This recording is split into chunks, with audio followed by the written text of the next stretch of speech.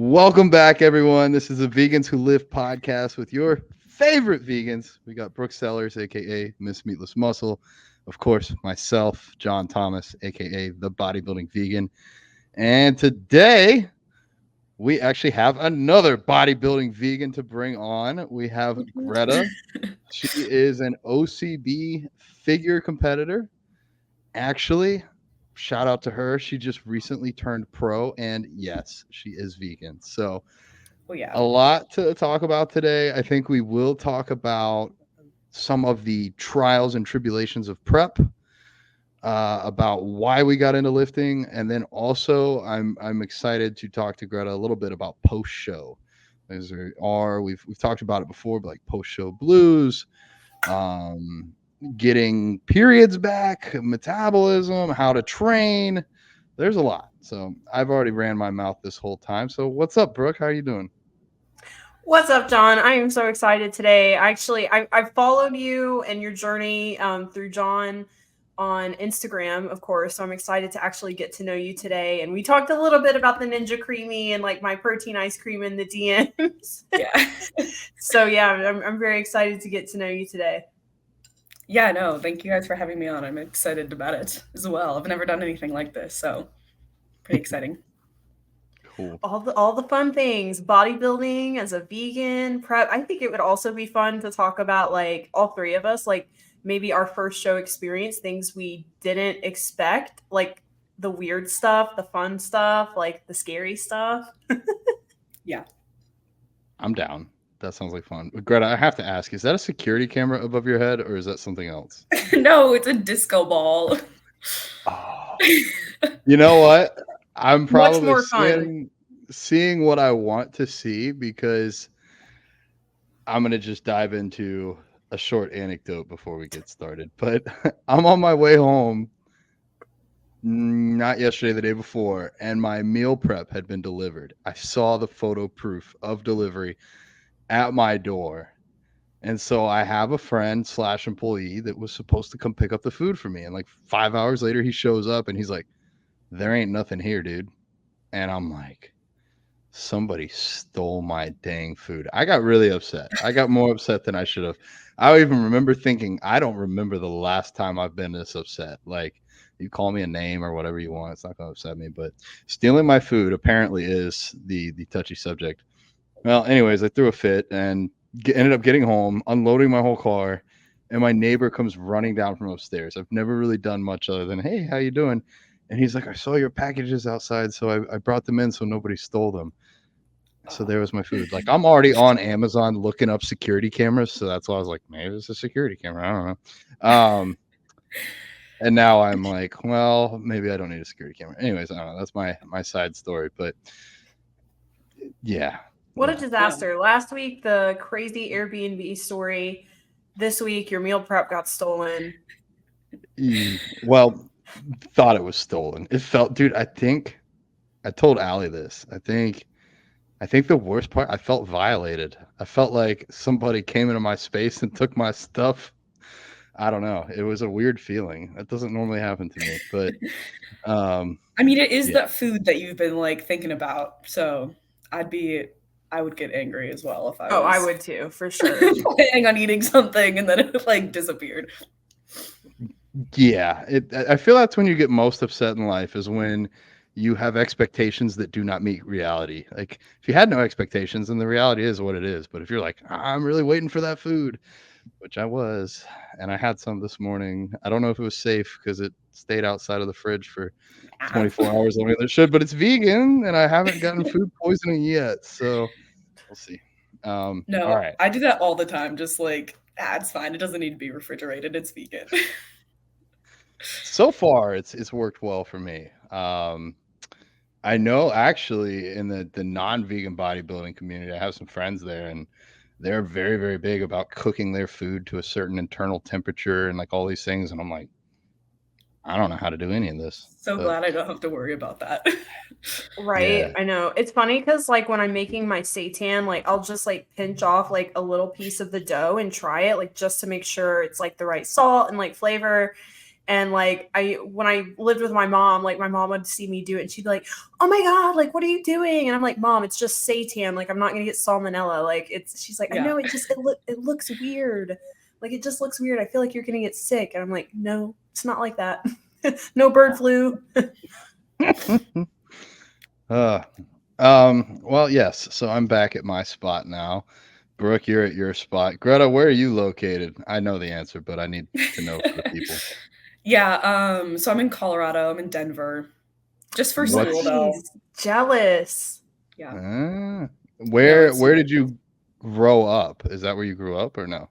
No, so I grew up in North Dakota. Fargo is the city, biggest city in North Dakota. Like the TV show? Well, okay, so literally every single person I meet will be like, "Oh my gosh, Fargo, like the movie. Have you seen the movie?" So for the longest time, I just never watched the movie because I was like so angry about like people like asking me about it, and I was like, "It's not Fargo." Like, and even like the movie Fargo is like mostly like based in like Minnesota. I think the opening scene is in Fargo, and that is it. But then I finally watched it. It was a phenomenal movie. So, okay, yeah, but it's nothing like that. It is cold. Accents are funny. Not a lot of murders though. What brings you for school to Denver? What are you studying? Yeah, so I'm studying biology and Spanish. The school that I'm at, we're on like the quarter system. So it's like super easy to do like double majors and like a bunch of minors. Cause you get like, I don't know, they always say like you get 150% more classes because we have like 3 quarters instead of like 2 semesters. So yeah, so I'm majoring in biology with like physics and chemistry minors, and then I have a Spanish major as well. But I kind of just like chose the school because I was like looking for private school in a big city, but also had like nature. So it kind of was like the perfect little combination of everything. Very cool. I want that's on my bucket list. I want to go to Colorado so bad. It's just so beautiful. Mm-hmm. No, it's gorgeous. And like everybody at like our school, like a lot of people have like Friday classes off, so like everybody's down to go skiing or hiking or something, like camping like that, like something fun on the weekend. That's so cool. I know I've heard that it's a lot of fit people in Colorado, like compared to like the South, like where at least like the deep South, like almost everybody's like overweight here. In Colorado, there's so much, and it's like, why move to Colorado if you're not gonna be out in the nature, like see the mountains and do all the fun stuff? So yeah, that is so cool. And man, I loved school. When I was in school, that was like 4 awesome years of my life. Like I loved going to college. It was so fun. Yeah, no, I'm like almost like finishing up now, and I'm like, there's been a lot of like thinking back or along like the last 4 years. I'm like, gosh, it's gone by so fast. It does. It goes by so fast. I know. I remember my last day, like I was graduating and I was like crying because I literally didn't want to leave. Like I loved my school so much. It's just so much fun. Such a good environment. Y'all are making me feel like I missed out.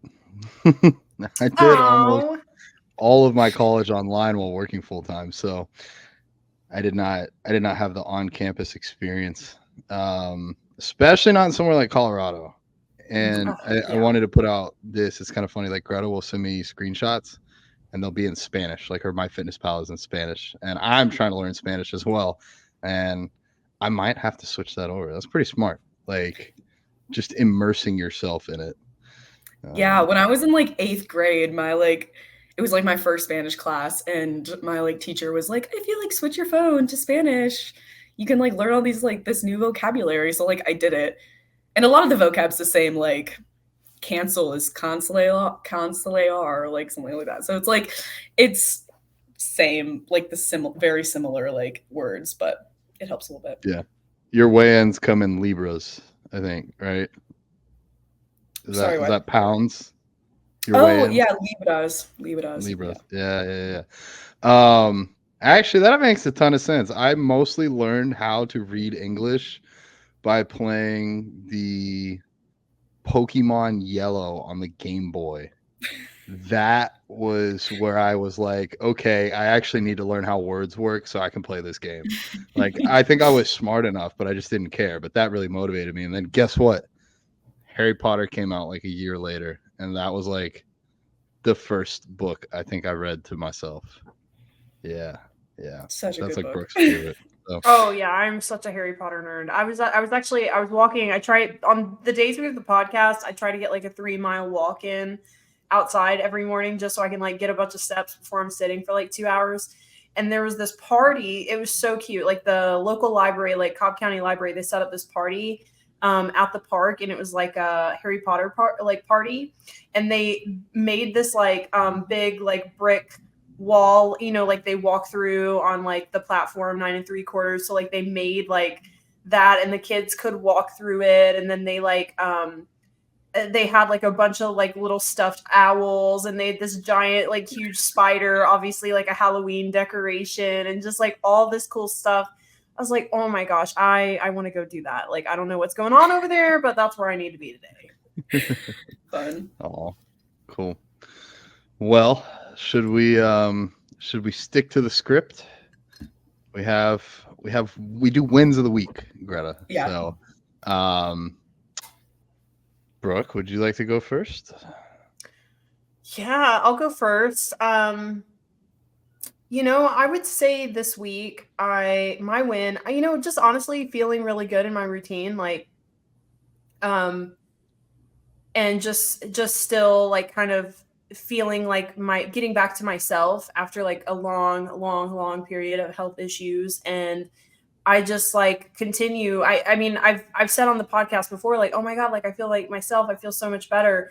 But then it's like it only gets better. And then I'm like, I thought that was good, but like this is really what's good. Like now I feel even better. It's just been amazing. And it's like I'm technically in prep, but I've had, like prep, I'm in like a huge deficit. I've had 15,000 steps a day. Like it's been a lot. And then I've just really gotten in a groove. I would say that the past maybe like 2 weeks, but like today I really just felt like I've got a good grip on it, and it almost feels sustainable, which is like crazy to me because it's a lot of steps and it's really low food, but like I've just kind of made like little hacks to make it work.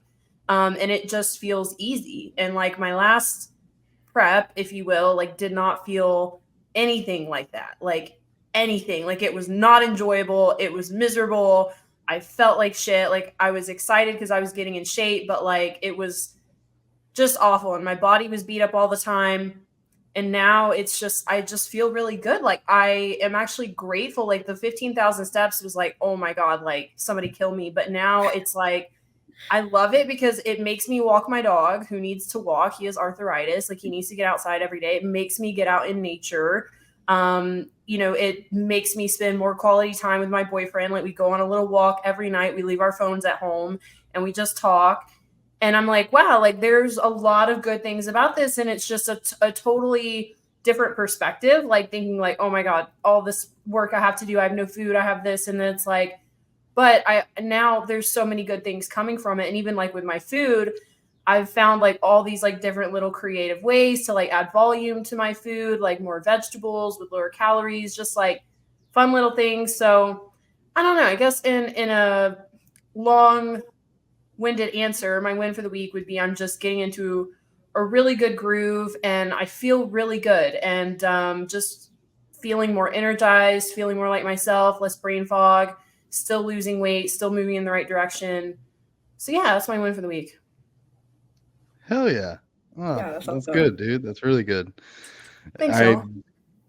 I think you're in a much better, healthier spot inside and out versus the last prep you were in.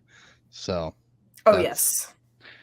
That's good news. I'll take the next one, and it'll be a two-part as always. Part one, I just spent a week in New Jersey, so I got to see my brother, spent a ton of time with my mom. It was just a really fun, much needed trip away. I only went to the gym once. Technically, I wasn't supposed to, but I still did, and it was fun and fine.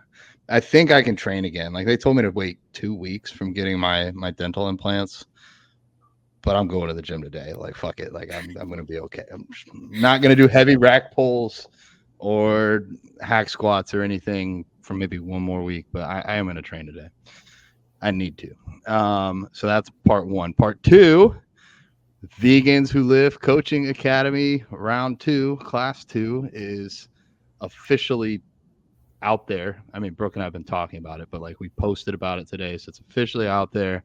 Looking to bring on 10 more vegan coaches or vegan soon to be coaches and take them through our revised 10-week academy now. The first one, in my eyes, was a huge success. We had a little bit of back and forth. Like some of the classes end up being like an hour and 20 minutes, some were like 45, but we have a pretty good idea of how to build out each class and get these people to where they feel confident and capable of taking on their own clients and becoming a vegan coach. So probably one of the most fulfilling things I've done to date yet. Like it just fills my cup. So I'm very grateful to be doing it. Grateful for Brooke. If you guys are listening when this is live, we might still have a couple seats left. veganswholiftacademy.com. That's where you will find all the information about how to sign up. If you have any questions, shoot Brooke or myself a DM. We'll get back to you. We'll try and get you scheduled for this one. If not, we'll put you down on the wait list for the next one. So yeah, super excited for that. Greta? What? What is your win for the week? I was actually thinking about this earlier because I was like, I know you guys do these. So I kind of have 2. So I graduate like yeah, just lots of stuff going on. So I graduate June 15th. So I've just been like picking up like my like regalia, and I got like my cords and my like tassels, and just like I'm just like prepping all that kind of stuff, and like my like graduation like dresses are coming in for like photos and stuff. So that's just been like really exciting, and like planning like dinners with my family and stuff like that. So that's definitely a win because, you know, graduating college, kind of a big deal. That's a win, yeah. Oh yeah. Yeah. And then other one, I got like an email recently from so during my like study abroad, I was like interning at a botanical garden in Spain, and I was like doing a little bit of like research for them. And so I got an email about like the research that I was doing, and they're like going to publish it. So I'm going to become like a published author coming up here. So I think they're like sending it in to like a journal at the end of the month. But it's that like they told me that like this might have been like a possibility, and that they like wanted to publish some of this like work. But it's like coming along faster than I thought it was going to. So it's kind of really excited that I can like say I'm a published author like before I like graduate college, which is kind of a big deal. And it's like, I mean, okay, so like the research was in Spanish, but like the paper is going to be in English, but I feel like it's still pretty exciting. So That's congrats. Cool, yeah. What are you doing after college? I'm pretty sure you told me what your next year is, but if you feel like sharing. Yeah, I'm just planning on like taking a year off and like saving some money.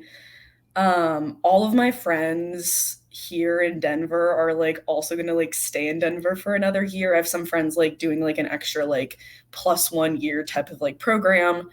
Some other friends just like doing like internships around like the city. So yeah, my plan is just to like stay. I'm not ready to like leave my friends yet, and like kind of want to just like enjoy the city like in my 20s and not have to like worry about like school during that. But yeah, that's the plan so far. I advocate for that. That sounds like a solid plan, and you got a good head on your shoulders. You'll figure it out no matter what.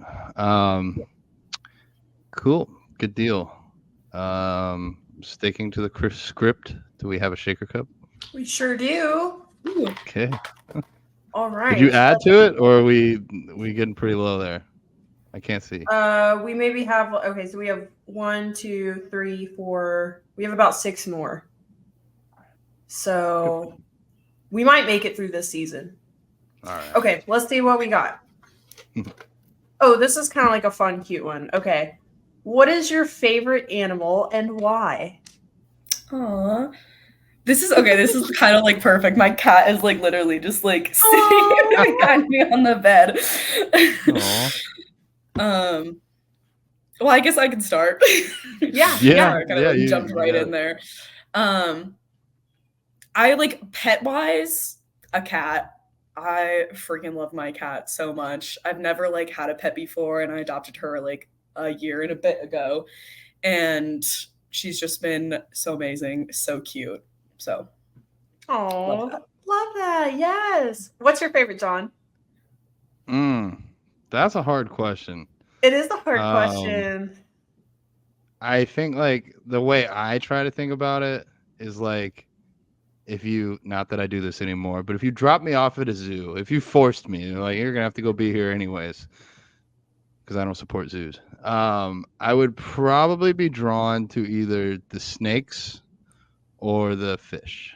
Those are two animals that I like. Fish. Yeah, I mean, I think for me the fish side was like the whole ecosystem. Like when I was really into saltwater tanks, like you don't just have a tank. You don't just have the salt water, but you have to have rock because the rock helps to filter the water, and you have to have sand because the sand helps to filter the water. But then you have to have snails or starfish that live in the sand and turn the sand over.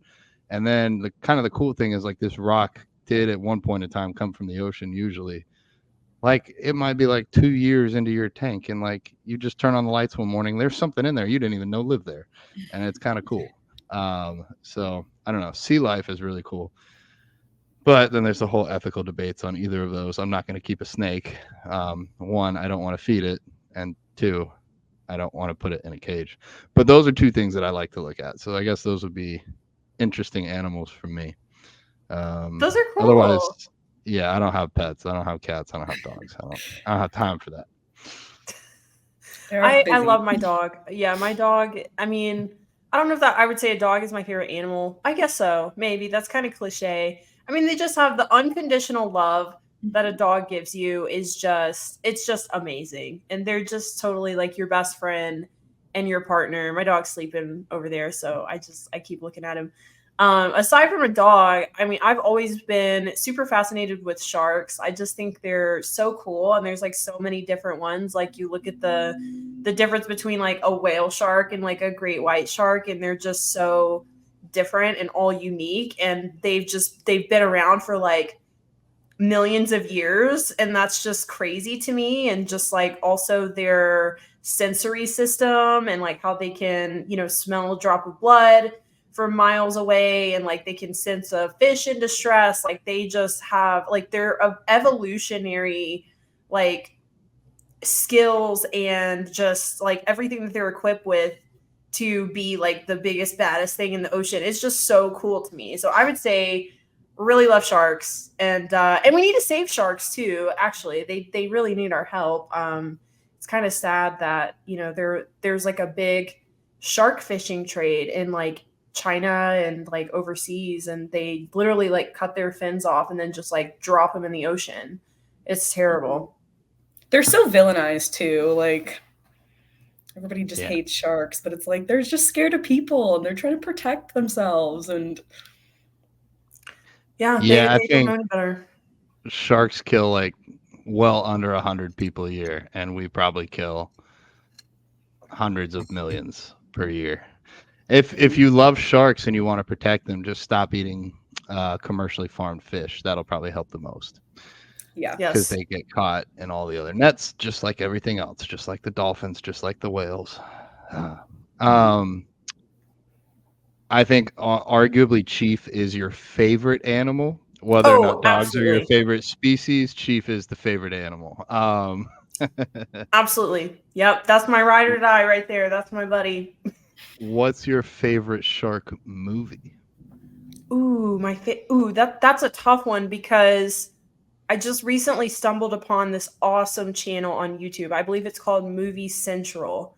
And I love Jaws. It's a classic, but like I also love the really dumb, like low budget movies like Sharknado. And this has a ton of them. This has a ton, like this channel, you guys got to look this up. Like, I don't, it's great. Like if you're stoned, oh my gosh, it's so funny. I think there's one that's called like Aquarium of the Dead. and basically like all of the fish get infected and they become like zombies kind of, and they literally like start coming out of like the tanks and like eating everybody, and there's like these like evil starfish and they're like killing everybody. Like it's just awesome. It's so great. So I don't know. And then I watched Swamp Shark is hilarious. It's like these people in Louisiana and there's a shark in the swamp and it's like killing everybody, eating all the alligators. It's great. Yeah. So I don't know. I love Jaws. It's obviously a good one. It's a classic. I love the low budget dumb ones too, though, just for the comedic value. Yeah. What about that animated Shark Tales one? Have you seen that one? Oh, that one's so cute. I do love Shark like Tales. The shark that doesn't want to like kill. He's like, he doesn't want to like eat the shrimp, or I don't know. He just doesn't want to like kill anything, and it's like that one's kind of cute. So cute. That would be picked by a vegan. Yeah. Have you seen Deep Blue Sea, Brooke? Yes. I love that one when Samuel L. Jackson gets eaten by the shark. Oh my God, love it. Yes. Actually, I remember enjoying Meg. I like Meg. Yeah. Okay. I didn't see the second one, but like I enjoyed the first one. I wouldn't say it's the best movie ever, but like I had a good time watching it. Exactly. Yeah. Again, it's like you have to go into it, knowing that it's like over dramatized. It's terrible acting. It's not going to be the best movie. It's not going to be a classic, right? But like it is enjoyable. And I thought the second one was good too. There's like multiple Megs.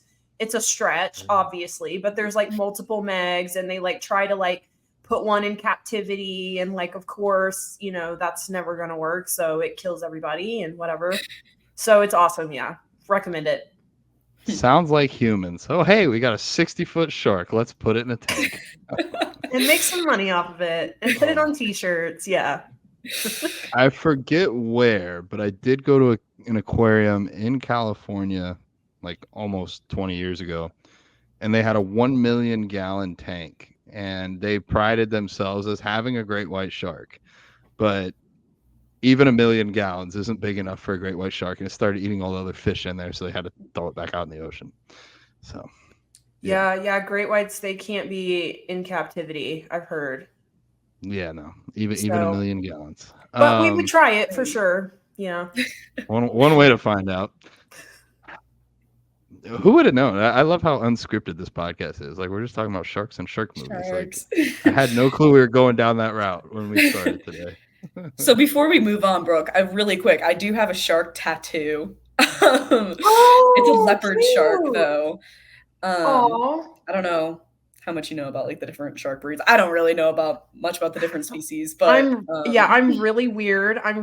Well, like I don't know. I was just kind of like obsessed, fascinated with it when I was like a kid, and I mean even as I grew up and I had all these books, so I do know quite a bit about sharks. It's kind of freaky, but yeah, that's cool. I've always thought about getting one myself, but I've never done it. I'm pretty limited on tattoos.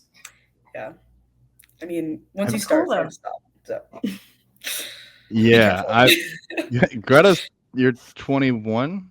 I'm 22 now, actually. 22. Okay. Yeah. Sorry, I should know this, but no, it was my birthday was like pretty recent, so it's not like okay. I can claim some ignorance, but I'm impressed that you already have tattoos because I didn't get my first one until I was 29, and now I'm slowly getting covered. I have one coming up on June 4th with a vegan tattoo artist in Tampa, and he's my client, and he's done a tattoo on the owner of a vegan restaurant that Sean and I just did a Vegans Explore visit with, and I'm actually going back there to speak this weekend. So small world. It actually kind of, I will get into that in a second. Okay. Before I lose this train of thought, I was like, it's so cool. We all know each other. And then I was like, we all know each other because there's so few of us, but we'll get more. Anywho, the tattoo that I'm going to get, I like to be balanced in a way. Like I have a tattoo on my right chest, left chest, right forearm, right other side of forearm, mirrored on the left.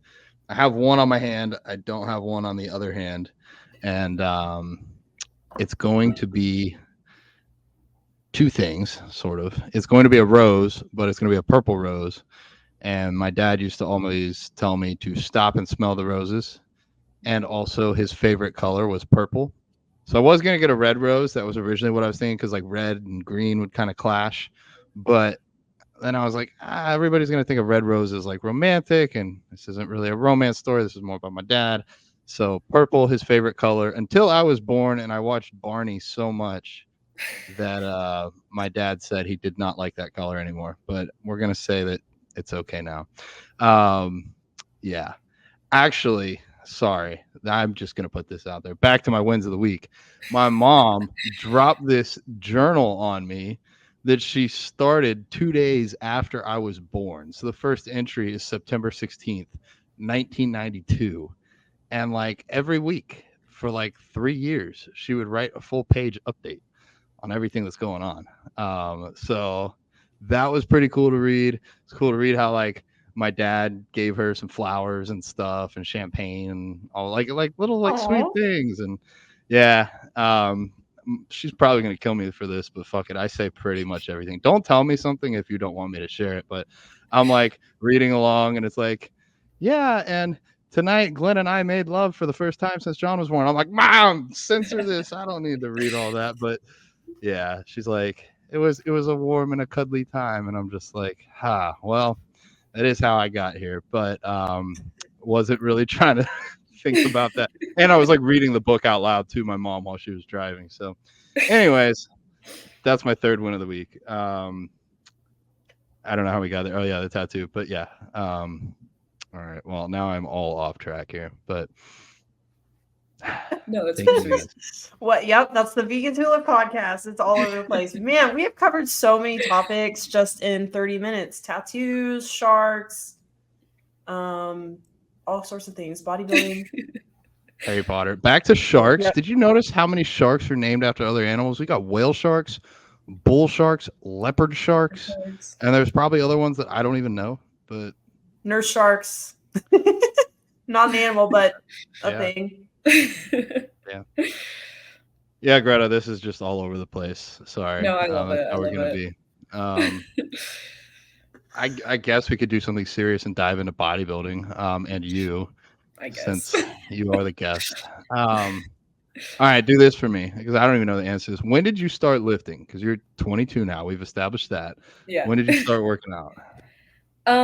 So lifting, I would say like 4 years ago. Like that was like the only thing I was doing.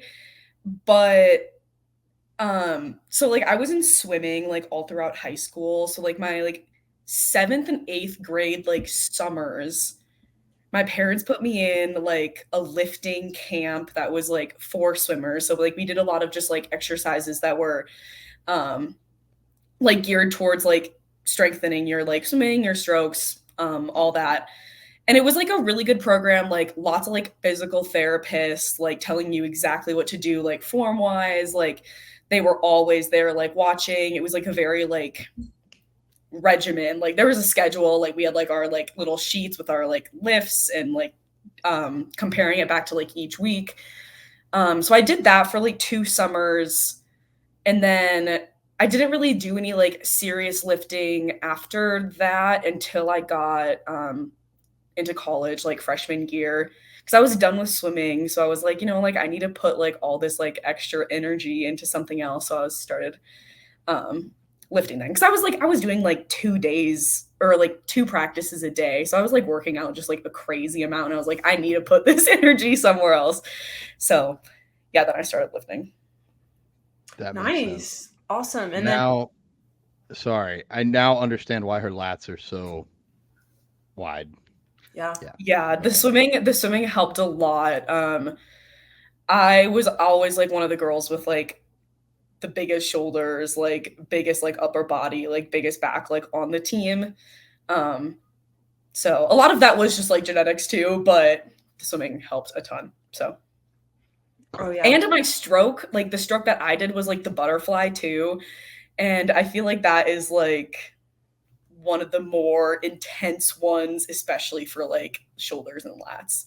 So Yeah, very similar to Natalie Matthews we had on. She was a swimmer and eventually a surfer. So she was also saying that it kind of prepared her for bodybuilding because she had a lot of muscle built up from swimming. So, like, what made you, like, where was the switch from, like, all right, I'm going to channel some of this energy into lifting and start lifting weights more into, I think I want to do a bodybuilding show?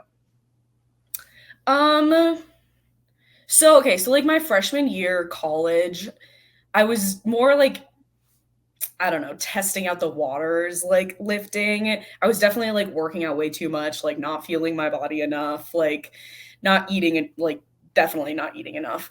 So then sophomore year, I was like, you know, what if I just like sent a bulk, like kind of like a body like recomp, like type of deal. Um, and so I started doing that and I started seeing like a ton of progress. Like my weight was staying exactly the same, but I just like kept increasing my calories by like 200 or like 250 every time I saw like my like weight like go back to like whatever I was like at. So because it would like go up a little bit and then I would like even out and then I would like add more calories and it would go up and then I would like go back down, even out, add more calories. And so I did that and I was like, wow, this is cool. Like I'm not gaining any weight, but I'm like gaining all this muscle. Like my body's like completely changing. Like I'm looking so much better, like symmetry, composition wise.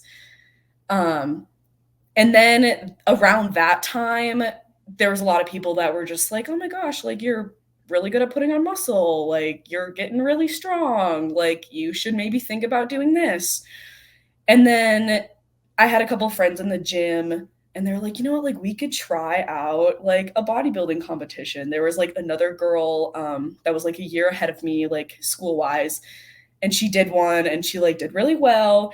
And I was like, that sounds so cool. Like I want to try this. Like I like had done this like body recomp and I was like, you know what, like I wouldn't like want to try bulk, like see how far I can go. And then I'd love to try cut to see like what's underneath. And then I kind of just like got obsessed with it. So we're like, let's do the show.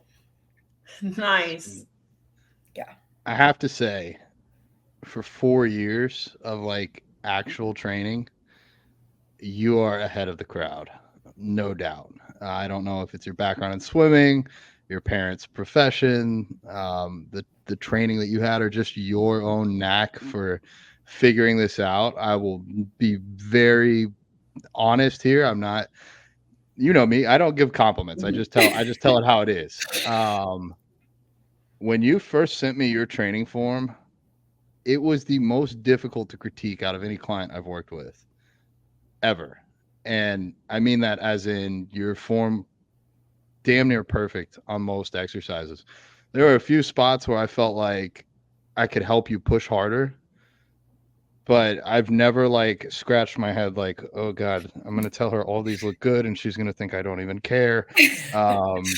Yeah, so like whatever you did to get there is incredible.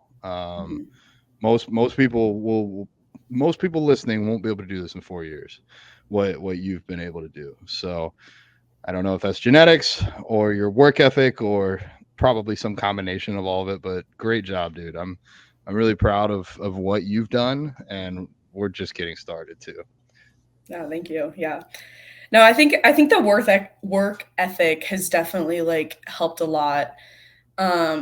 I've just been always like one to like really push myself because like why not? Like like especially like in swimming, like you know, like I wasn't one of the girls that was like, oh, like I have a leg cramp, like I need to like take a rest on this like this set or something. Like no, like I was gonna like push it.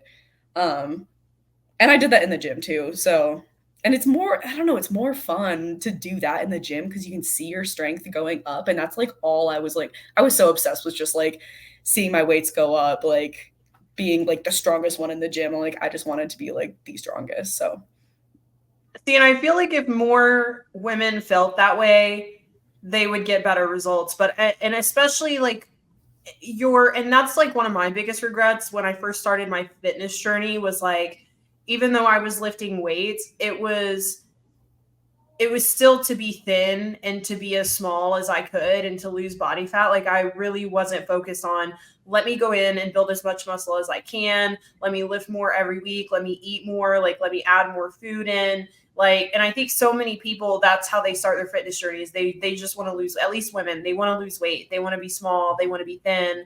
And we all know that you have this unique period where you have newbie gains. And like, if you take advantage of that, you can really put on a lot of muscle, especially like in your early teens, early 20s. Like that is such a great time for you to take advantage of muscle building. But a lot of us don't. A lot of us fall into, let me be thin, let me be skinny, let me starve myself. So hopefully, I feel like diet culture has changed a lot now though. And there is a lot more education. So like, people know that to look good, to look toned, you need muscle. You don't need to be like, you know, thin and have a thigh gap. That's what was cool when I was in high school. Like everybody wanted a thigh gap. And now I feel like more like when I go to the gym, I see a lot of girls in high school working out, and that's cool. Like that's awesome to me. So I do feel like you made the right decision, and a decision that is really hard for a lot of women to make, in that like, I'm going to go eat more, I'm going to lift more, and I'm going to work really hard and get really strong. So you really set yourself up for success. Yeah. I don't know. It was definitely like really hard though, because I fell into the whole like working out to like be skinny, like to lose all the weight, like especially like during like COVID. So I was a senior in high school when like COVID like hit. So it was like a really rough time because I was like losing my senior year, like no graduation, like all like my like end of the year like sports, like where I like activities were canceled. And so like I kind of fell into like the working out to like be super skinny, and like I like developed like a pretty bad like eating disorder and like all of that. So like it was a super hard like transition my sophomore year of college to like change my mindset and be like, no, you know what? Like we're going to grow, like stop looking at the scale. Like it doesn't even matter if it's like going up, like you're going to get stronger. Like, yeah, you might like gain some weight, but like your muscles are going to get bigger. And that was like really hard, like mindset to like switch. And honestly, I can't even remember how I did it. Cause I remembered being like, so like freaked out about like gaining a little bit of weight and like stuff. But I was like, you know what, Greta, like you're just trying to be strong right now. Let's just like do it and see. So, and then I just fell in love with it. Yeah. Yeah. How much did you weigh when you started your lifting journey? Do you remember like your beginning weight? So I don't remember like my freshman year, but when I was like doing this like body recomp, I was around like 150 pounds.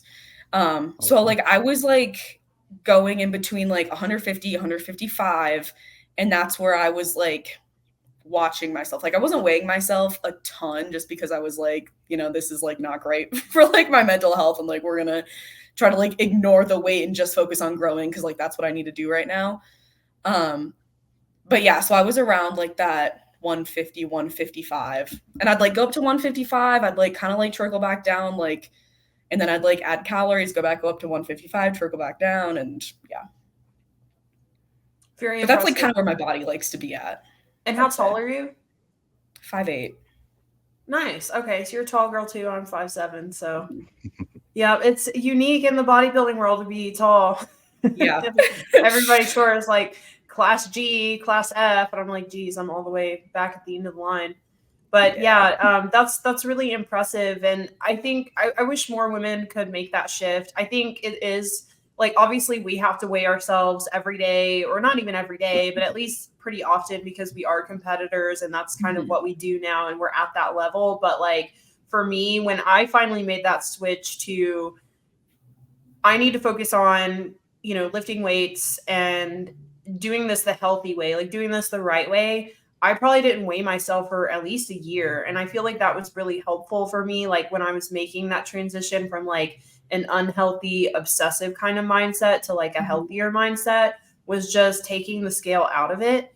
And like a lot of us can rationalize, like we know enough now to be like, well, the scale isn't everything. Like obviously that also includes muscle and water weight and hormonal fluctuations and our menstrual cycle. Like everything goes into that number.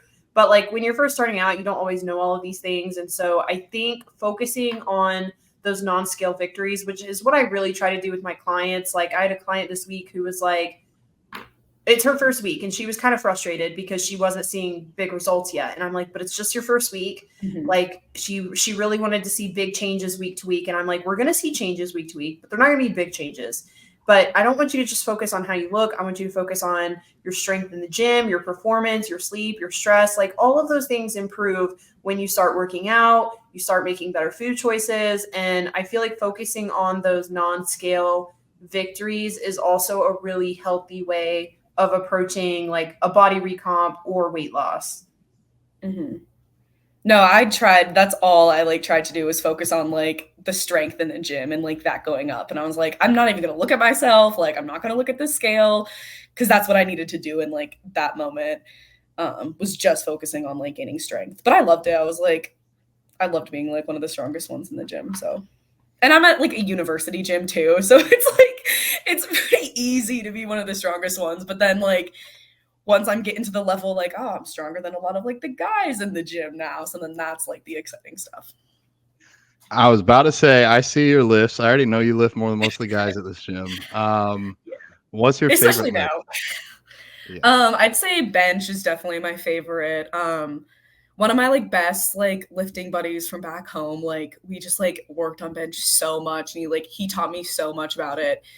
And yeah, so like I've just been loving bench and like getting up to that like the plate was like that first victory, and then like benching body weight was like that second one, and yeah, no, it's just been amazing. How much can you bench? Okay, so like I don't like obviously bodybuilder, I'm not like doing 1 rep maxes a lot. This summer though, like this was before like prep, before like my last like bulk kind of. I think I did like 155 for like 2 reps and I was at like 140. But then when I'm like at like some of my like higher like weights, I was doing like a plate for like 10 reps, I think was like my max. But that was like I was like studying abroad like I was like 177 pounds at that point. Like it was really bulking season, so bench was going up a lot. Easiest way to add 5 pounds on your bench is to add 5 pounds on the scale. Okay. But now I'm back to like 130 for 10 reps. I think I did like yesterday or 2 days ago. So yeah, dude. And at a much lighter body weight, we're still hovering around 140. This is clearing it up for me because I didn't have all this information before we started working together. And I could just tell that you had a lot of muscle. I was surprised to see someone at your age that hadn't worked with a coach before to have as much muscle as you did.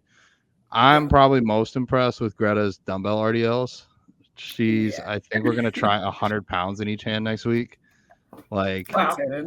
I mean, I did 95s for like 13, I think, or 12 the last time. Yeah, we can handle the hundreds for a set of 8. I think I can go up 5,000. And like back to being stronger than most people, including men at the gym. There's not enough guys doing that weight that should be. So good on you, dude. Showing them that vegans, even vegan women, can outlift you. So let's go. And that was like such like a big like motivator too. Like just like being stronger than people in the gym and I'm a girl and I'm a vegan. So yeah, that's awesome. So I know you said you talked to your friend and it sounded like it would be fun to compete. What actually made you like pull the trigger on that? What was your deciding moment? Like, hey, I'm actually going to do this. I'm trying to think back because so I was actually like dating this guy. That was the one that like we decided to do the competition. So it was kind of like, oh, like we're gonna like do this together or like whatever. Ended up, but it didn't work out. Like we were not dating. So like we like had like thought of this show and we like had it kind of picked out and we're like, you know, like this is a good one. And then I don't know. I think I was kind of just like, I'm going to continue doing this. Like, I'm going to keep like working towards this. Like, even if he's not, like, I don't know what like he was like planning on doing.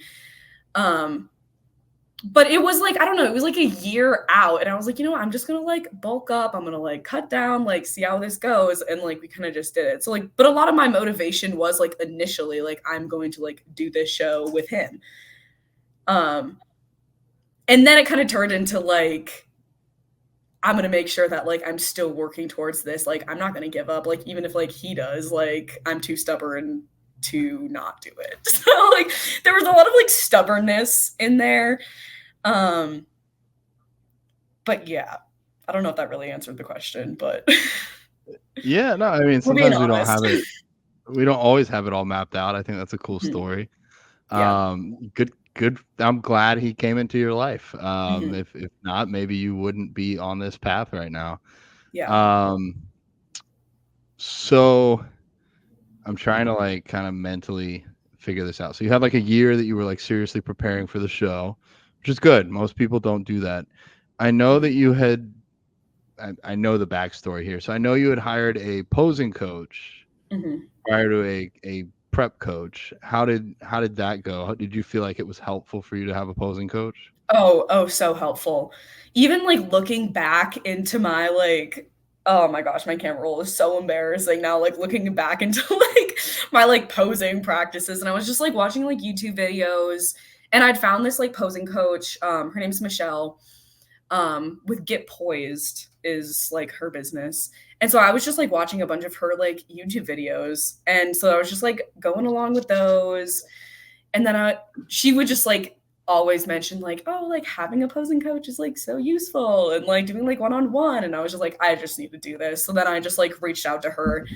And I'm so glad I did, because she was amazing coach for posing, and my posing like improved so much. And like she just like was constantly talking about like, you know, like the posing like makes or breaks the show. Like if you have the physique but can't show it off, or like don't know how to properly show it off, like there's no point of like even doing the show.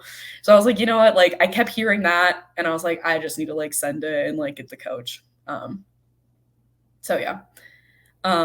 We just did like these like little Zoom one-on-one like hour-long sessions, and I think I had like 4 sessions. And then Get Poised also has like a master class. Like it's a bunch of like these videos, and Michelle goes over like every single thing, like every single quarter turn, every single like pose. She has like show day checklists, like post show like resources, like mental health and like manifestation type resources. So like I don't know, it was a really good posing experience. But then yeah, so then she mentioned John. She was like, I know this guy who's a bodybuilding vegan. And I'm like, that's cool. Like, let me go check him out. And then I DM'd John, and I was like, I need help. So Yeah. Your posing when I started with you was already very solid. I was so hesitant to take you on at 8 yeah. weeks out. I was just like, there's so little time to figure her out, to figure out what she needs to eat, to figure out what her body responds to. I didn't want to mess with her training. I was just like, I don't want to give you anything less than my best. And 8 weeks is really hard to do anything Hard. well. But Greta was like super insistent on the show. I remember asking, like, is there any way we can push it back? She's like, no, I want to do this one. I was like, all right, let's send it. Let's see what happens. Yeah. And like, I made her plan pretty quick, and like, she was on it every week. So I was actually, I was shocked. This is probably for me, the most shocking prep that I've had with a client, or 8-week transformation, or whatever you want to call it. Like, incredible job. Greta nailed every single thing on there. And I think in some ways we got a little bit lucky. Like, her body seemed to do well with the food. We came in, I think, pretty damn conditioned, and we did really well with the time that we had. And all of that is, I'll take credit for some of those 8 weeks, but you know, Greta, you set yourself up for success starting 4 years ago, having a solid training plan, learning how to basically build up your diet in the off season, being willing to push into the 170-pound territory, even when that's, for most women, I can't believe how uncomfortable that is. Like, I don't like being more body fat on me than I enjoy. So like, and I'm a dude, so the whole different ball game for women. Where am I going with this? Yeah, you did really well. I would say uncharacteristically well, and you won. You won at your show, and so you turned pro. How did that feel? Insane. I don't know. It was hard because like when we first talked, I was like, yeah, I have like zero expectations for placing, whatever. Like I just like want to try this out. Like it was supposed to be just like a test show. And I keep kind of forgetting about this, that like I jumped in. Because like when I was initially talking to you, I was just like, I just want to test it out, like see if I like the process, like, and then I can like really send a prep and like send like an off season. So like looking back at that initial mindset that I had, and then like to like 3 weeks before the show, and like everybody was like, oh my gosh, Greta, like you could win this, like you can like do really well, like you could actually like place at this. It was, I don't know, it was surprising, but at the same time I was like, I'm looking good, like I can see like myself doing really well at this show. But yeah, I don't know, the day was just amazing.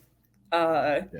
I like was talking to like the runner up like all throughout show day, because we knew it was going to be us two, because there was 2 open classes for the figure division, and I was in the taller one, obviously.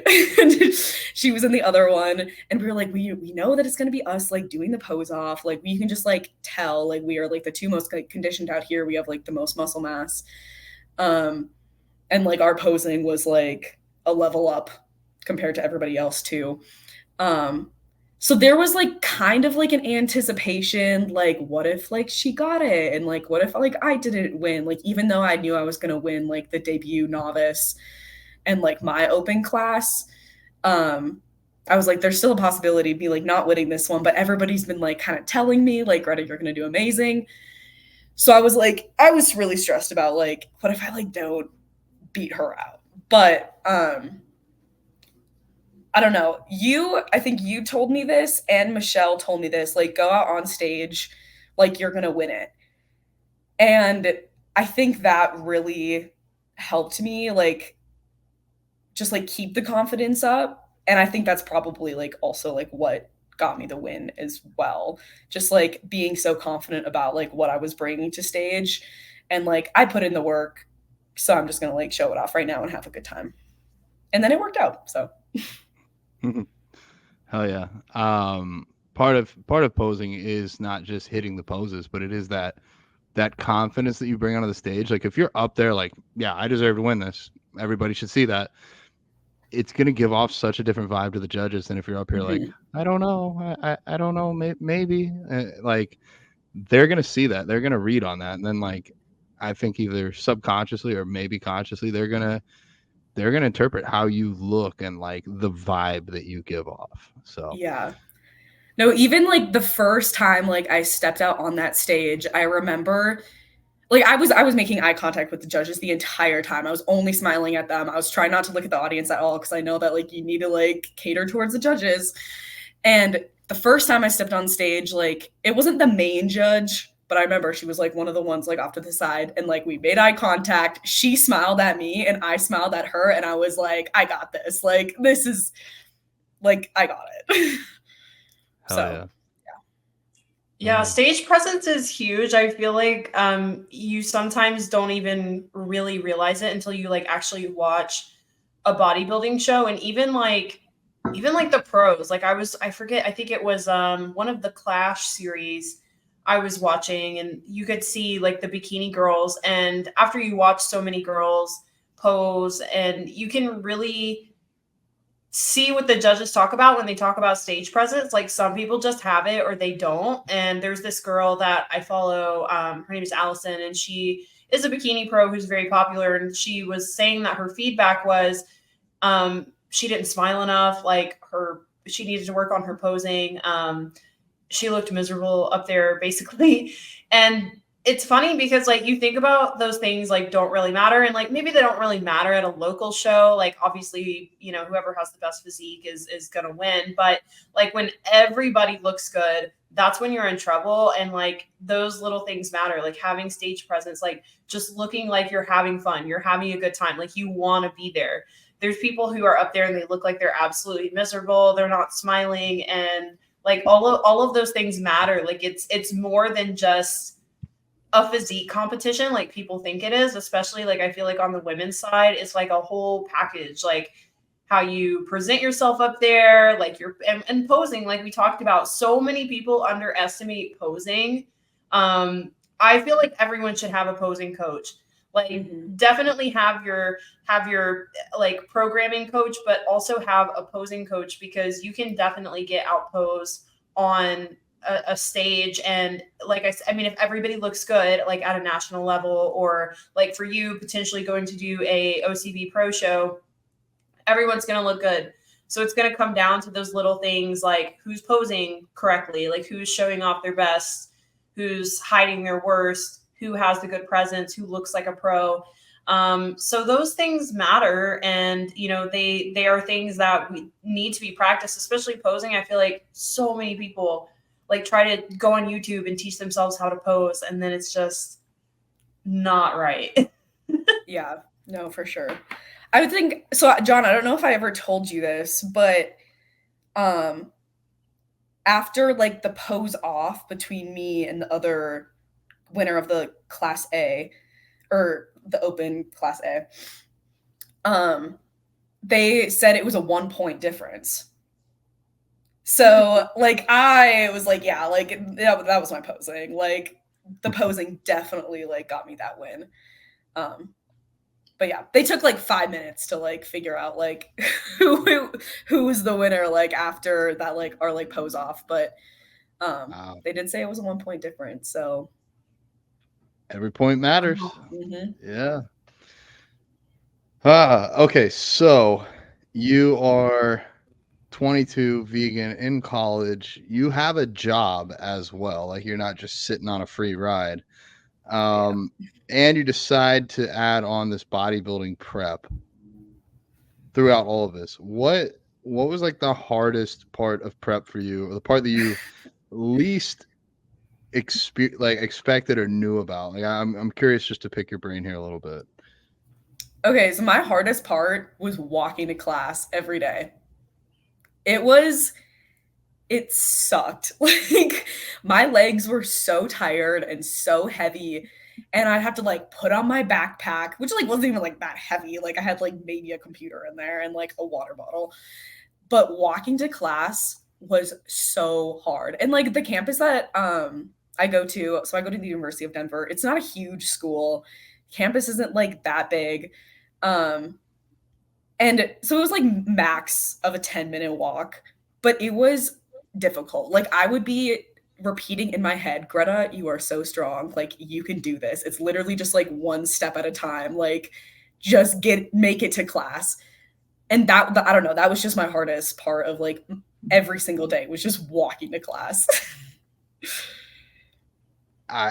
From someone who's competed before, it makes sense.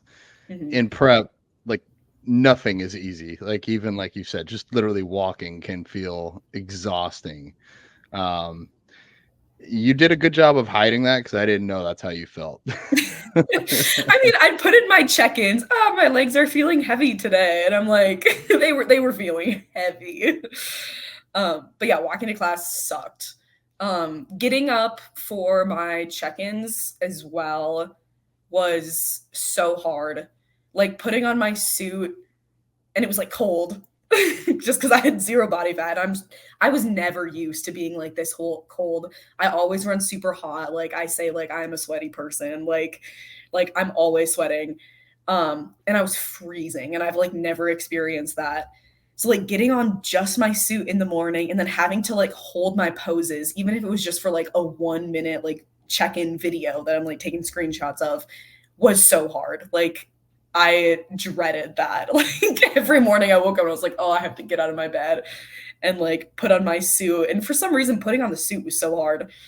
And then it was freezing. And then I had to hold the poses. Yeah. So that was rough too. Yeah.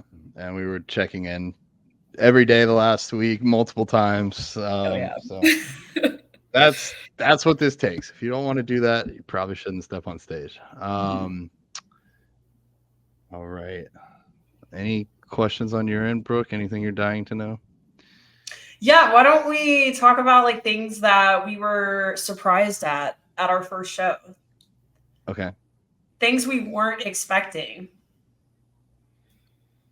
For me, I wasn't expecting to have a sock put on somewhere that a sock normally doesn't go, and then getting tanned head to toe except for that sock. At my last show, I forgot to bring my sock to the touch-ups, and I was so tired that I did not even care. I said, I don't need it if you don't. And she's like, I've seen it all, honey. And I'm like, go for it. Yeah. That is weird though. Like the first time you get tanned and you're in there and like everyone's naked, it's like so weird. I was like, this can't be how they're doing it. And then I realized, yep, this is how they're doing it. Yeah. Bodybuilding's I wasn't like weirded out by that because I didn't like as a swimmer, like I've had so many like locker room like experiences. So like I thought it was just hilarious. I was just like chatting with the other ladies and we were all like in our like little tents, just like arms out, like drying, like yep, and the fan is like blowing up your butt. It's so weird. Yep. But just gotta love it. So for me, my first show, no one told me that I needed a pee cup if I needed to go to the bathroom. So I went to the bathroom and I'm literally about to go on stage and I get pee all down my leg and mess up my tan. And I was freaking out. I was absolutely freaking out. Not that it even really mattered. It was a small local show, but like I was freaking out about it. Somehow I managed to make it look not so bad and fixed it. But like, I was like, oh my God, I'm never making this mistake again. It was so like the last thing you need, like all the anxiety you have. It's my first show. And then I totally have this like pee mark down my leg. It was so embarrassing. Yeah, so I like woke up the morning of like my first tan and I had like slept with my face right here. And so I had like a mark on my face from my tan and then like just like a white mark right here where the tan had like transferred onto my face and I was freaking out that morning. I was like, oh my gosh, like the tan is ruined, and it was totally fine, but yeah, touch-ups worked. Man, the tan is just such a pain in the ass. Like that's like one of the worst things. And I remember like after my show, my mom drove me home and I don't know why I didn't think about this. It seems obvious, but I just sat in the car in my bikini and literally my tan got all over the seat. I don't even know what she had to do to get the tan off the seat. Oh my gosh, it was terrible. But yeah, the tan is so annoying, honestly. Like that is the most annoying part of it, and it sticks with you for a couple days too. Oh, mine, like I don't know if it was because I did like the skin prep really well, which I did. Like I went hard on that skin prep. Like I was exfoliating, like using all like the in shower like lotions, like literally doing everything. But my tan stayed with me for like 2 weeks. Yeah. And like I mean, it looked phenomenal. Like I loved it because I was like, I'm still like jacked, still have this tan. Like my pumps in the gym were insane. But it was really nice that it stayed. I kind of liked it. After like 2 or 3 showers, it kind of like starts looking good, and you're like, okay, yeah, like this is kind of cool now. It's just like that first initial, and then like it's kind of like blotchy and stuff, and but then eventually, it starts to look good. It's just a mess, a total mess. And well, I don't know if the tan smells or if I smelled, but you can't take a shower after the first night because you have the show the next day. It does feel good to take a shower on Saturday night or Sunday morning after the show. Yeah. That is the best feeling. I know people always talk about like what feels better, like your first sip of water or your first shower. Like the first shower, oh my gosh, it's so good. And I don't know, my tan was just like running down like like the floor of the shower, and it was just like a brown like stream that was like going into the drain. I was like, this is hilarious. It is so funny. Yeah, it's funny because like when I was so I did like a small local show for my first show, which was also funny because I was in the bathroom and like we're about to go on stage like maybe in like 10 minutes, and there was literally girls in the bathroom putting on their makeup 10 minutes before we were about to go on stage. Like there was a girl like who was putting on fake eyelashes, and like she even stopped me and she's like, "Hey, do you have any more fake eyelashes? Because these aren't working for me. I can't get them glued on." And I'm like, girl, no, like I had my makeup done at 5 a.m. Like, I don't know what you're talking about. Like it was crazy to me that there was people, but like you see that at like small local shows, like you know, you see all kinds of weird stuff. People were literally waiting to the last minute to do these things. It was insane. Yeah. Yeah, no, that was not me. I know nothing about like makeup or anything. So did you do your own or did you hire someone? No, I had just like whatever the people were that were like at the hotel. Yeah. I did that too. I know nothing. Yeah, I'm fairly decent at makeup, but it's just one less thing you have to worry about. Like you already have so much to worry about that day, and it's like you don't need to worry about like screwing up your eyeliner and like then also maybe taking like 45 minutes instead of 30 minutes. Like, you know, you just don't know. So I always tell people like just pay someone to do your makeup. Like I don't care how good you are, like just do it. Like it's so worth it. Yeah. I have like 0 products too. So I was like, I would have had to like buy all these new products that like had to match the tan that I could never use later. So I was like, I'm just gonna have the lady do it. I did my own hair, or my mom did my hair, but so I was like, she could just curl my hair. That's fine. Yeah. So, Greta, now that you're a pro, what are your plans? You know, everybody's asking me that. Well, now you can just say, hey, go listen to the Vegans Who Live podcast. We tell it all there. Yeah.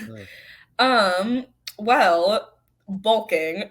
Like, I don't know. You mentioned like 9 to 12 months of a bulk, and I am so down with that. That's what I've been telling everybody. Like, I want to just like grow as much as I can, especially like growing like with a coach who like knows what they're doing. Cause like whenever I was bulking, like it wasn't like the cleanest, or I don't know, it just like wasn't as scheduled.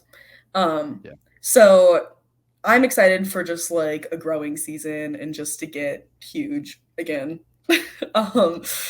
And yeah, then like eventually I'd love to do a pro show. Maybe try out NPC. And yeah, it's pretty tentative from there. I mean, it's just like so far in the future that like you can't really like plan a show because just like to grow for now.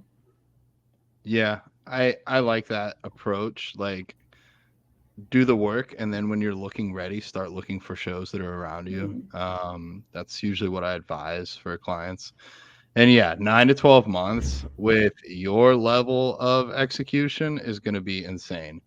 I've been listening to more podcasts, especially with like higher level like IFBB pros, and what I'm taking from this is the more serious that we can take our off seasons and stay pretty regimented, stay with tracking your training, using a logbook, keeping some cardio in play, tracking your calories, still weighing your foods. I know we get our weekly cheat meal, but outside of that, mostly sticking to a meal plan. It just seems to work so much better. So I think 9 to 12 months of you staying locked in, we'll see a completely different Greta on stage in 2025, which is gonna be awesome. No, I'm excited to grow. Yeah. I think the problem with most people's off season is they just like let everything go out the window, and I feel like then it's just it makes your prep so much harder if you're not already doing those things. But then again, I also feel like if you're gonna do bodybuilding and like have longevity in the sport, and it's something that, you know, you may do a show maybe every year, maybe even every other year, but like I feel like at that point it needs to just be part of your lifestyle. Like I know probably for us, like we're going to go to the gym anyways. Like, we're going to maybe do a little bit of cardio, get outside, do some steps anyways. Like, that's just, you know, they could shut down all of the bodybuilding shows. Sorry, we're not doing it anymore. We would still be doing what we're doing. We'd still be eating healthy. We'd still be getting our protein in. It's the people who, like, they only do those things when they're prepping for a show as motivation to get in shape, that it's a problem. You know, it's like, it needs to be part of your lifestyle. Otherwise, like, I don't know how people do it. So I'll have people who have consultations with me and like they want to do a show for the sole purpose of like they want to get in shape. Like, they don't have any motivation already to go work out, to track their food and do all the right things. So like, they're like, well, if I have to get on stage in like 12 weeks and in a bikini and have people judge me, then I'm going to get in shape, you know, because I have all this motivation. And I'm like, no. You need to be doing those things already before you do a show like that. It's crazy to me that people think that like they go from doing nothing, zero, to then absolutely starving themselves, working out twice a day, doing all this cardio, you know, whatever it is that they have to do to get there.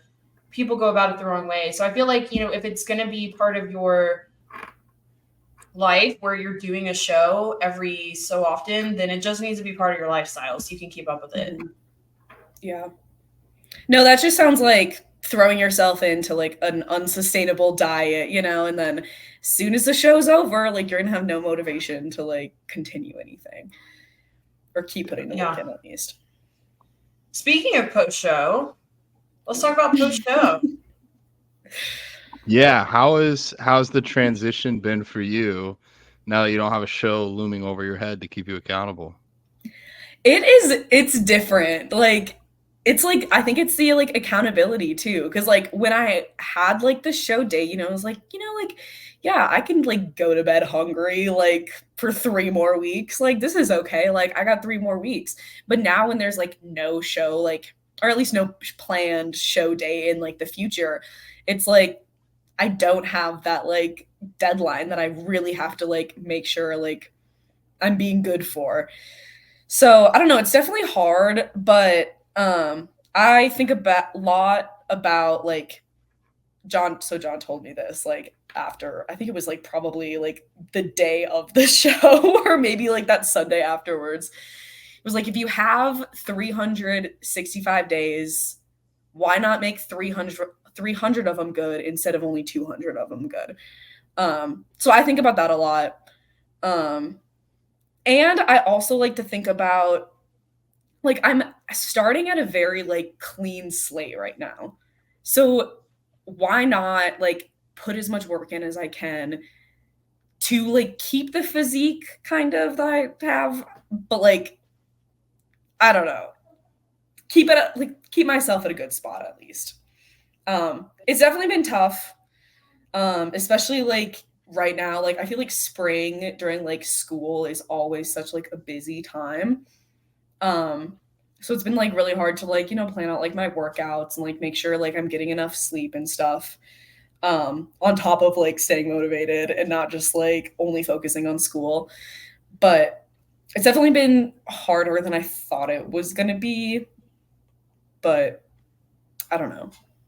I think it always is. I remember my first show, like it seemed like when I was in the moment, like, oh, this is fine. Like I'm gonna be able to keep doing this. Like I can keep doing this. Like this is fine. Like I want to keep my body I've worked so hard for. But then like show's over, it's done. You don't really have anything else on your plate. And like your hormones are talking to you because your body fat's so low.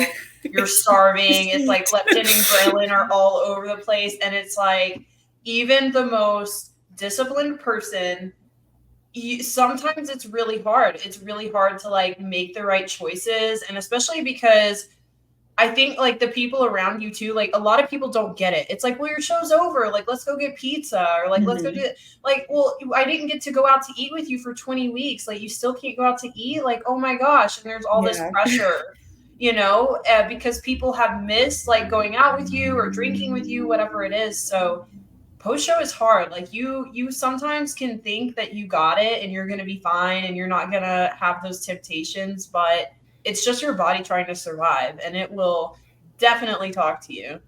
Yeah. No, I still get questions like all the time at work. Like, Greta, why are you still like bringing your spaghetti to work? Like, it's the same. Like, you're done with your show. Like, you don't even need to be eating this anymore. I'm like, actually, like, we have another show, TBD, but like, Yeah.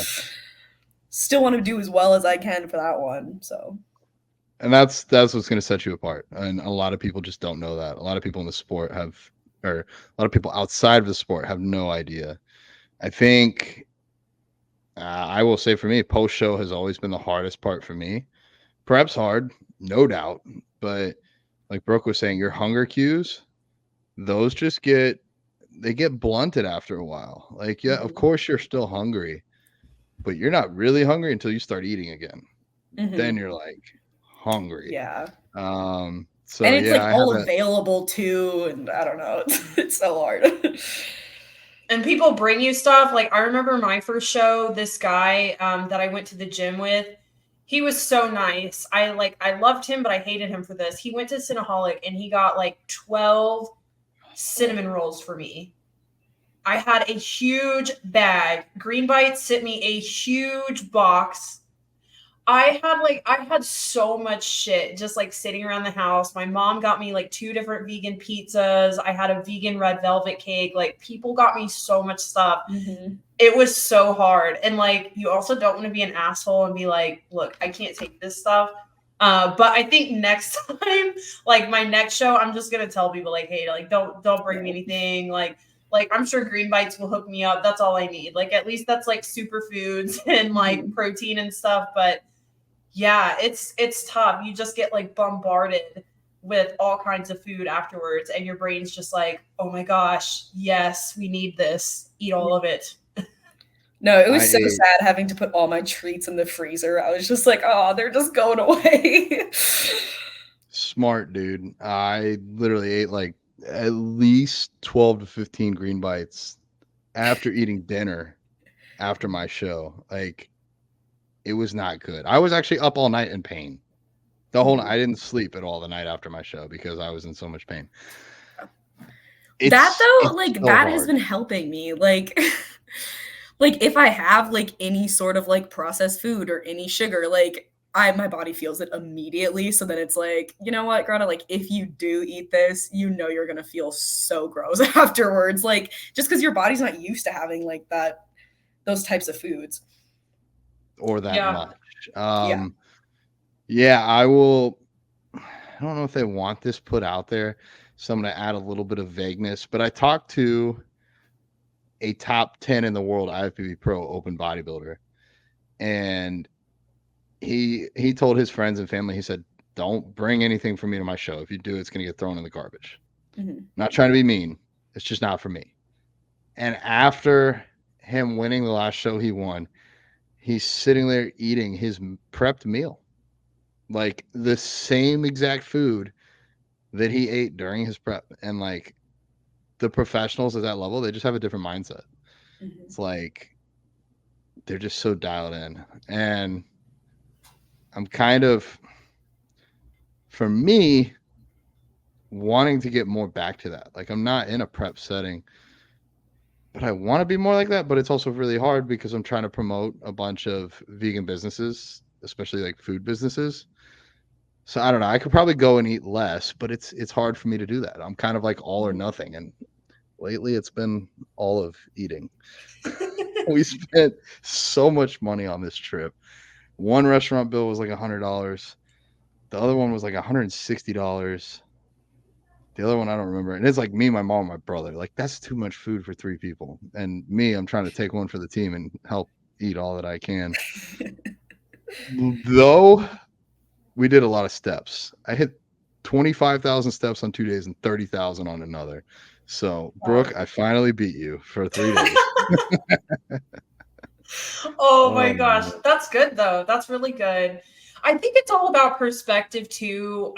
Like, I feel like when you first start out, when you first start competing, like the food is part of the exciting part, like being able to eat all the stuff when you're done. And then like, to me, that was really exciting. Like, that was a fun part of it. And like, I was on a team with a bunch of first time competitors too. And we would always like talk about what we were going to eat and like what we were going to save and like whatever. And now it's just different. Like with experience, it's like I've eaten it all before. Like it's not a big deal. It's nothing that different. And like after my first show, like just like gaining 10 pounds of water like in a week and just blowing up, and then all of the stuff that comes with that, like it's just not something I want to go through again. You know, it's like you work so damn hard and then you just, I mean, like, I know you're going to put on some water. I mean, it's can't really be avoided that much, but like, you know, 2-3 days of eating like crazy off your plan, like doing all, like eating all the sugar that you haven't had in like 20 weeks. It's just not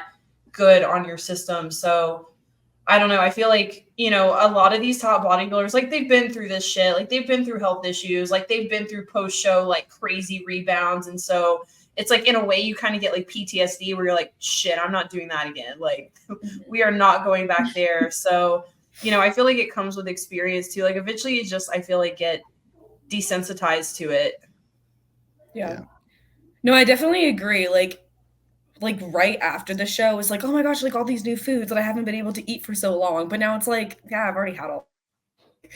I don't need another like whatever, like that I've just already had like a million times. So and it's kind of perspective. It's kind of perspective too, because like it's again like it's very similar to like people like lifestyle clients we coach, where they're like, they always tell themselves they can't have a cookie and they can't have a brownie. So when they have a cookie and a brownie, they absolutely like lose their mind and they eat the whole bag or like whatever. And it's kind of similar when you're in a prep. I can't have this. I can't have that. When really we could at any point. Like no one's stopping us. We're adults with credit cards. Like we could go buy a whole birthday cake and eat it if we wanted to. Like, you know what I'm saying? Nobody's stopping us. Like, so you really can. It's available to us at any time. We're just making the choice not to because we have a goal. So it's like post show.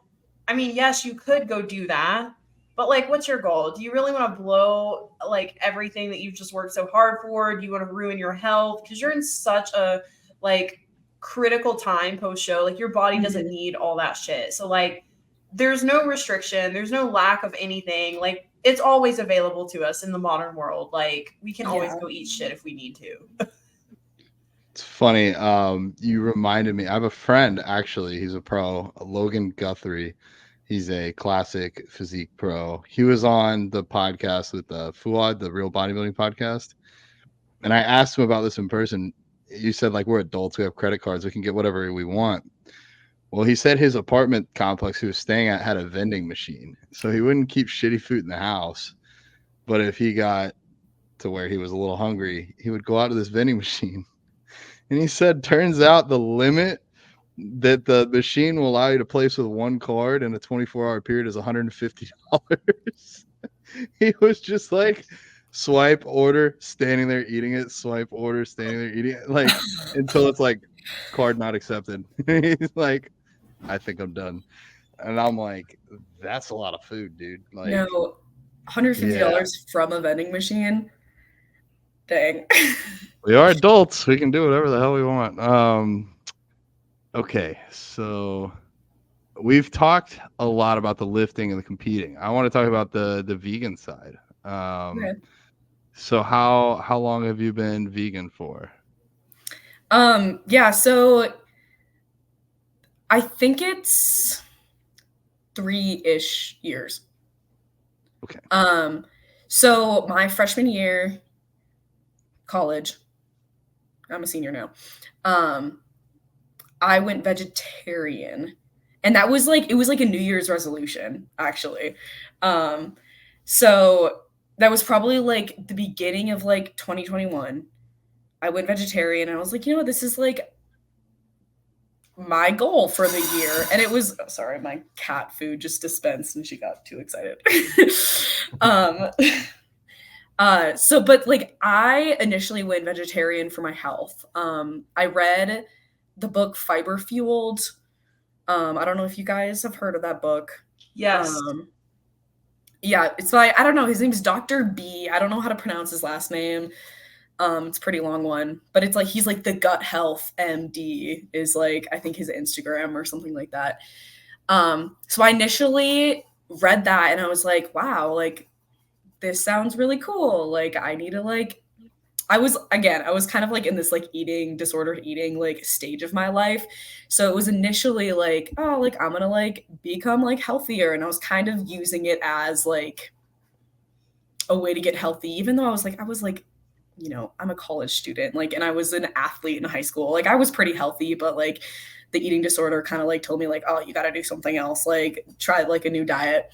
And I think a lot of people like actually start like going vegan or like changing up their diet like that because of like eating disorders. Like I've talked to like a couple other girls that have had that same experience. Like I initially did this because I wanted to like be more healthy. So that was like the original goal.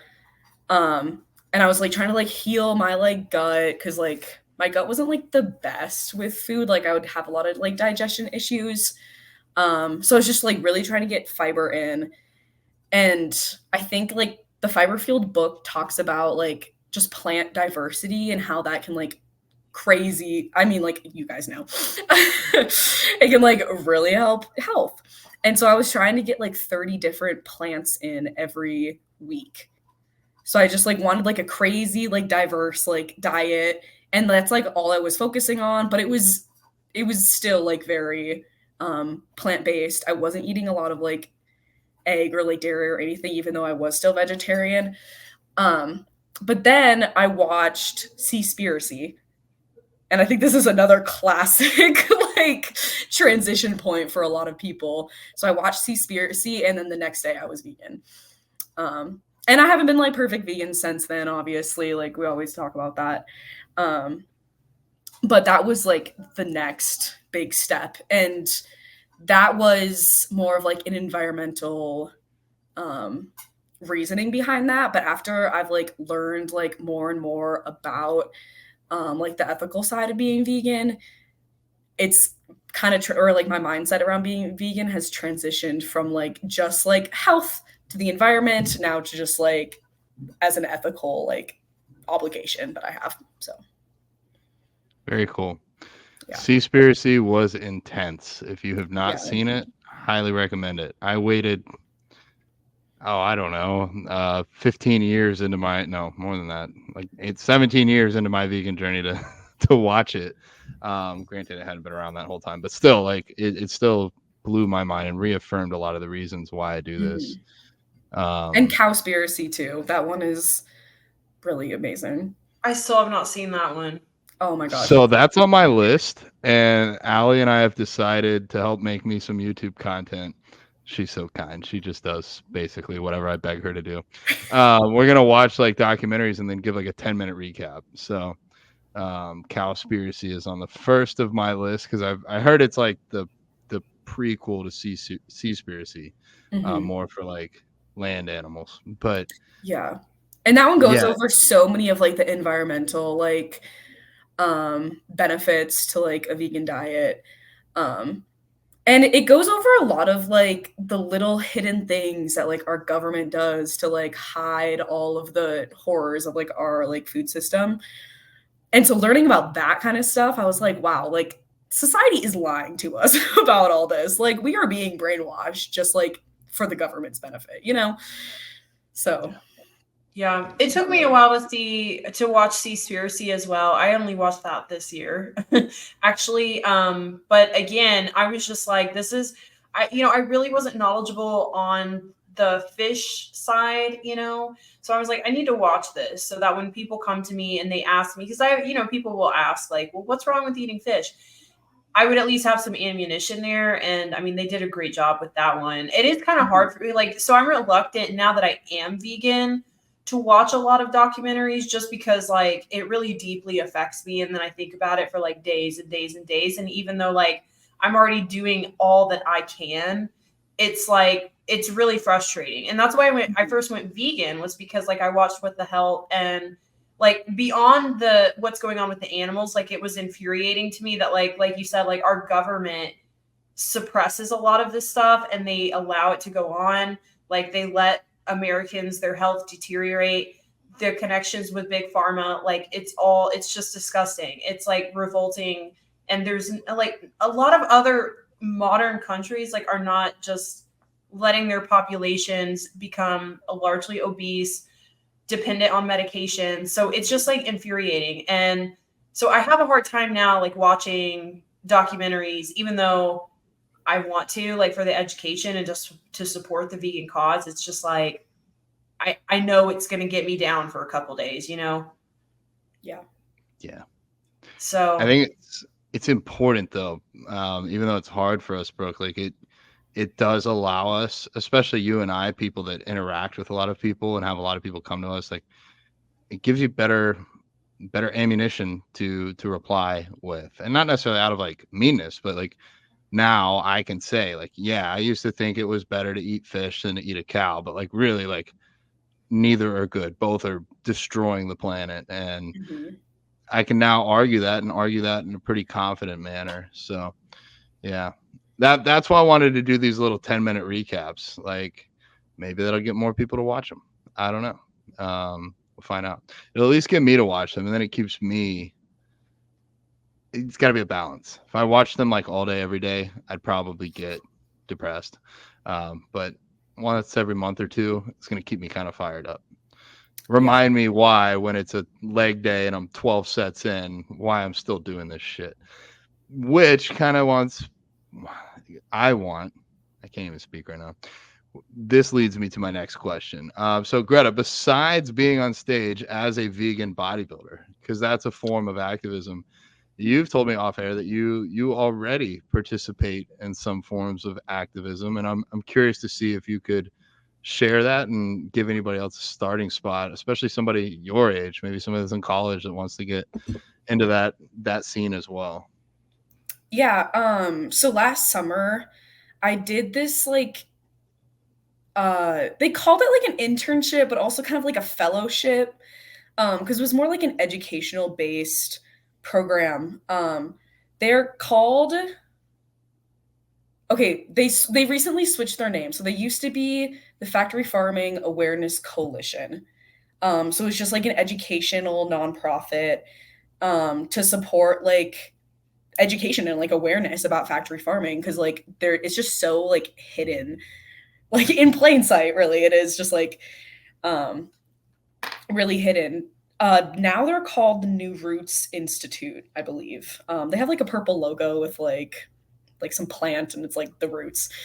But they have this like fellowship program for students, where they like it's like an educational internship. So you're not like obligated to do any sort of like activism within it, but they set you up to be able to like do activism like within your schools or like your community, or just like writing like an article or something like that they will help you like publish somewhere. And it was like an online thing, which was amazing because there's like not a ton of like vegans around. So it was like nice to be able to like have like a community that was like larger through this like online organization. And I think it was like 4 days a week ish. We would have these like classes where there'd be like different like speakers coming in. They would tell you about like literally everything you need to know about like factory farming, like how it affects like health, how it affects like different population, how there's like connections to like the justice system, and like I don't know, literally they just go over every single thing that's like related to factory farming. So I got a ton of new information about like the ethical side and like how factory farming like targets like immigrant populations, like how they target like low income populations, just like everything about it. So I learned a ton of new information from that, and then they help set you up with like this whole alumni network that they have, where you can like go like implement these like different projects or stuff like in your schools or like in your communities. There was also like a ton of speakers coming in to talk about like different like career options like in like the food scene and like creating like sustainable agriculture. What else?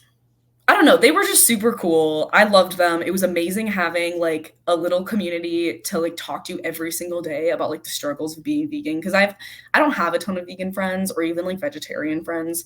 So it was just so great to like build that community and be able to talk about like, you know, like the judgment that you face or like being called like, you know, like a really intense vegan who's just like trying to like switch everybody's lifestyles.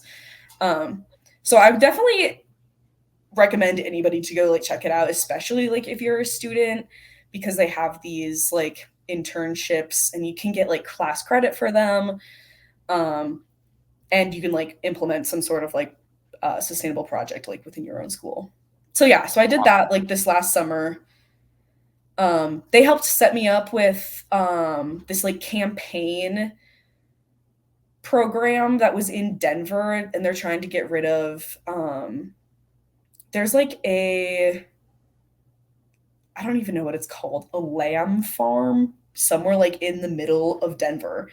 And so they were like trying to like get that shut down by this like ballot campaign. And then they were trying to also shut down one of like the fur buildings in Denver. I don't know what any of these things are called, but so I was able to get set up with a bunch of other like things around Denver too, which was really nice. Nice. Yeah. What was the name of the organization again, or like what's the way that you got in contact with them? They're called New Roots Institute, and there was actually one of the like organizers came to one of my classes. I was taking a conservation biology class, and she did like a whole presentation. And that's one of the options that like these any of like the fellows have, is to do like an educational like presentation in a school, and they'll help you set up with like a school. So you can like go and like give a little presentation about like factory farming.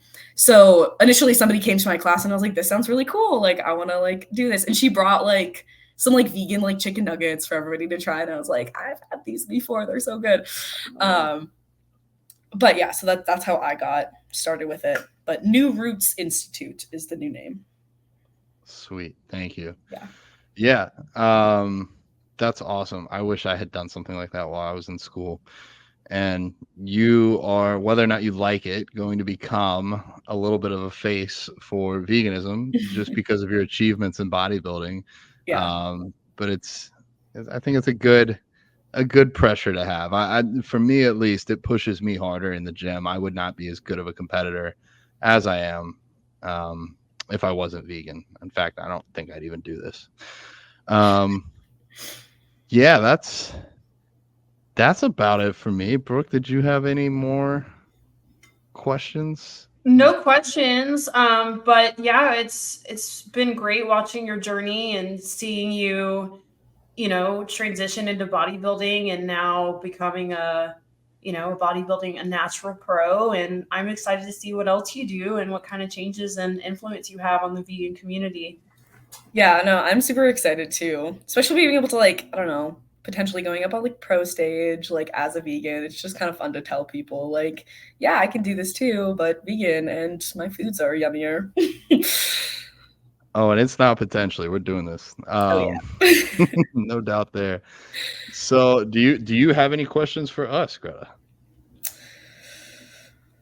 Not that I can really think of, except Johnny, you were talking about like your like that you're not in prep.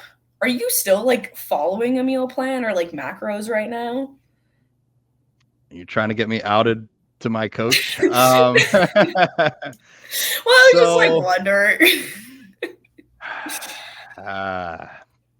I'm gonna say I'm doing my best. I see your potential, Greta. You can go far in this sport, no doubt. What you've done in this timeline, you can go pretty far. For myself, I train around I literally train around some of the best athletes in the world in this sport.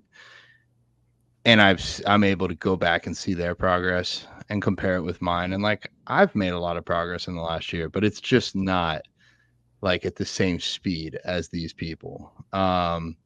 So I don't necessarily expect myself to change the world as much as possible on the stage. I'm getting very long-winded with this answer. And a lot of what I do is promote for other vegan businesses. And so I have been eating a good bit off plan.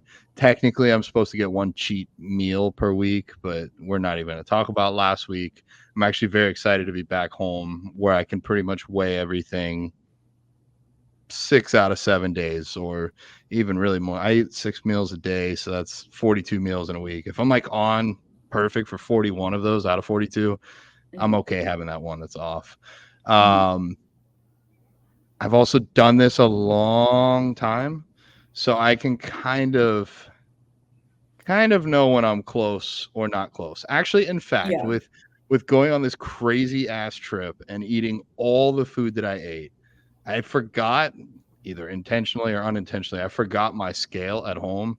There's no point buying another scale because like it's not going to weigh the same as the scale that you have. So I was like, well, we'll see what I am when I get back. I was within 1 pound of my last weigh-in when I weighed in this morning. So all those steps, even though I mean I ate a lot of food, but 30,000 steps is a lot of steps. That's a lot of walking. So I think it all kind of leveled out. Ideally though, I don't have my competition journey mapped out exactly. I put it this way: I will not be getting on stage in 2024. Very unlikely in 2025. If I do get back on stage, it'll probably be 2026 when I've accrued enough muscle tissue to actually be competitive in men's open. So sitting about like 248, 249 this morning. I think I probably need to like touch mid 260s, maybe 270, to where I could have enough tissue to cut down and do a prep at my height at 6 feet tall, and I actually have a chance at placing top 5 in nationals. Like, yeah, that's my very long drawn out answer for you. No, I just see like you still like doing your like meal prep, or like kind of meal prep, like say Grace, like protein and like your cream of rice bowls, and I've always just like wanted to ask like, oh, like what's your plan?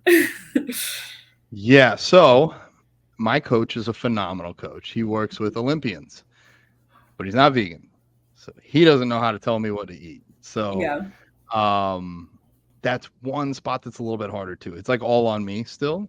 And then when it's on me, it's like, I could do this or I could do that. Whereas like for you, it's like you get a meal plan. I write your meals exactly what they should be.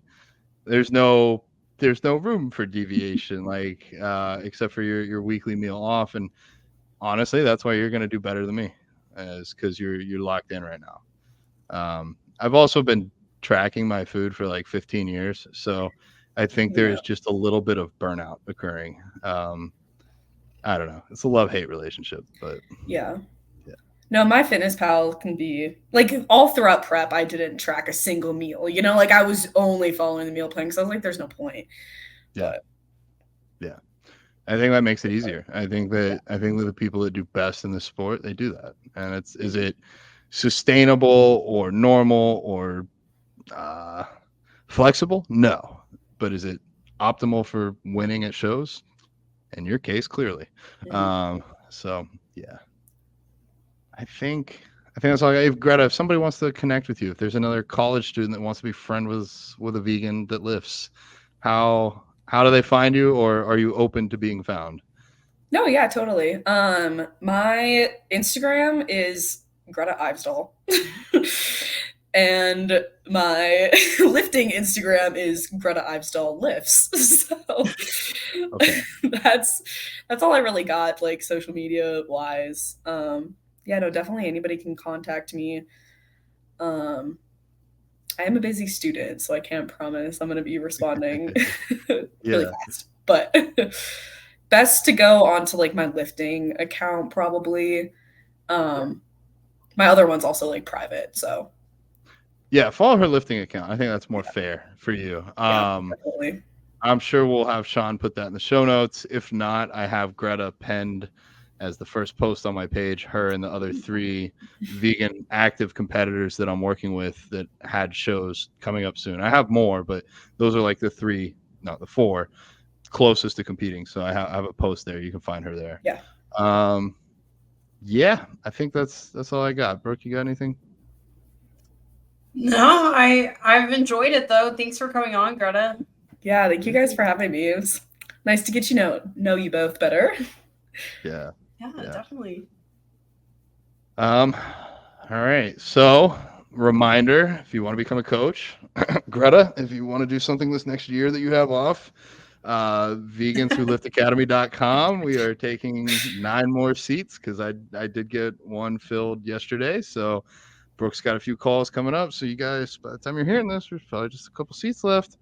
Better check it out. If you got questions, reach out. And Brooke, is there anything else we need to sign off with? I don't think so. I think we got it. Yeah. All right, guys. Another episode of the Vegans Who Live podcast. Please give us a review. We love those. It helps us grow. Send it to somebody that might want to be interested in this. And wishing you to have the best day ever. And we'll see y'all next time. Take care.